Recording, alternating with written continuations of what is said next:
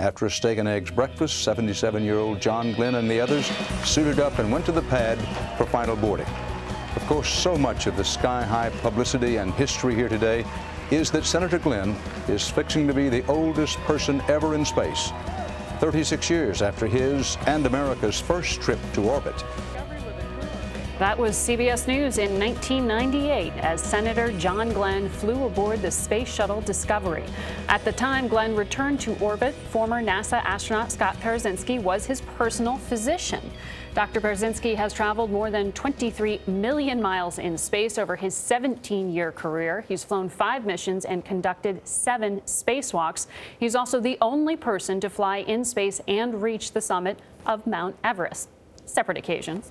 In his new memoir, he offers an inside look at his life as an astronaut doctor. The book is called The Sky Below, a true story of summits, space, and speed. Dr. Parazynski, welcome to the table. Thank you so much for having me. It's a real thrill to be here. So you performed one of the most dangerous spacewalks to date. Tell us about that. It was my best day on the job ever, but also pretty high pucker factor moment, I guess I could say. Yeah, we had to go out and repair a live solar panel, and it was one of these situations where we had to accept a little bit higher risk because the rewards were that important.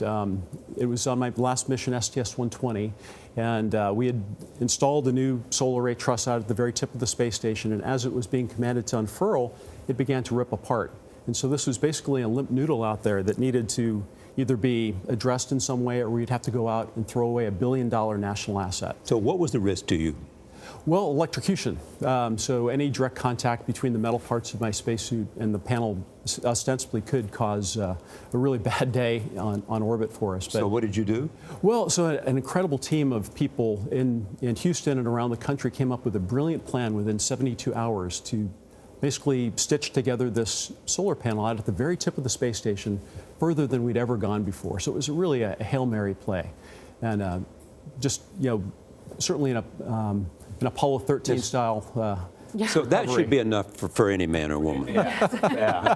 But you also had to go climb Mount Everest. Well, I didn't have to, but I was compelled to it. You know, I've been climbing since I was about 15 years old, and just the challenge of going to the world's highest peak. I'd seen it from orbit, and I took this beautiful photograph looking straight down on the summit of Mount Everest, and I conjured up in my mind what would it look like to actually have my boot prints down there on that beautiful summit. And so many years later, on my second attempt, I was able to top out on the mountain. Talk about the toll that climbing Mount Everest and space travel takes on the body.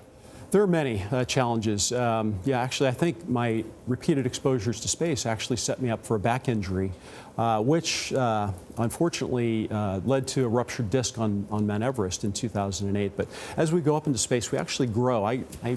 I'm 6'3" here on Earth when I don't slouch, but up in space I'm about 6'5½", and it's fantastic. I wish I could hold on to that height when I come back to Earth. But so what happened? You shrink right back. You shrink back, right back down, and those repeated cycles probably led to a weakening of my spine. And then on Mount Everest in 2008, I ruptured a disc and had to limp on down. So what else are we finding about the impact on your body of being in space? Well, one of the big challenges is our vision is impacted. So a lot of our long-duration astronauts are coming back with permanent changes to their vision.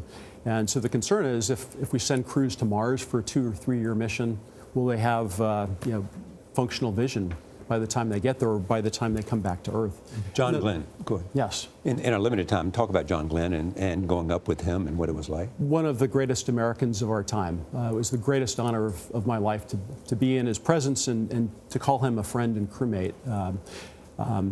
I think the world of him. He was an incredible crewmate. He added to our knowledge of science. I miss him dearly. Well, was there any reason for him not to go?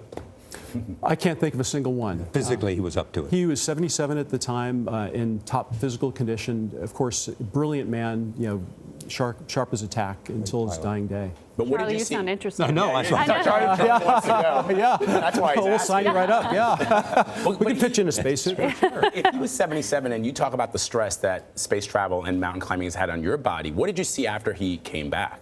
Well, he had a little bit of an issue with balance. So, you know, our nervous vestibular system, the inner ear, gives us our balance here on Earth, but up in space, without gravity, our eyes become our primary sensors. That's how we tell which is where the ceiling and the floor is. And so coming back, it actually the reverse happens, and we have to readjust to Earth's one gravity. And so he had wobbly legs for a day or two after landing. Not uncommon, actually, for our long-duration astronauts who spend 6 months or more. So let's see, what can we figure out for you to do next? Right. You've done the summit. He's got a walked tech in startup. space. Yeah. I have a tech startup, and I'm an author now, so I'm really thrilled to share this book with the world. It's not the same kind of risk.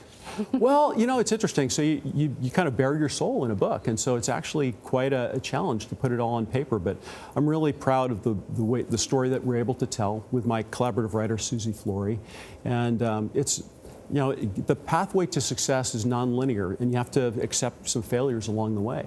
And so I've had failures. I've had some close calls, you know, with my health as well. And so, you know, by setting goals and being resolute in achieving them, you know, wonderful things can happen. Thank you for Good coming. advice. Thank Thank you you, so much. Dr. Parazynski. Great. The Sky Below goes on sale tomorrow. You can hear more of CBS This Morning on our podcast, though. Find extended interviews and podcast originals on iTunes and Apple's podcast app.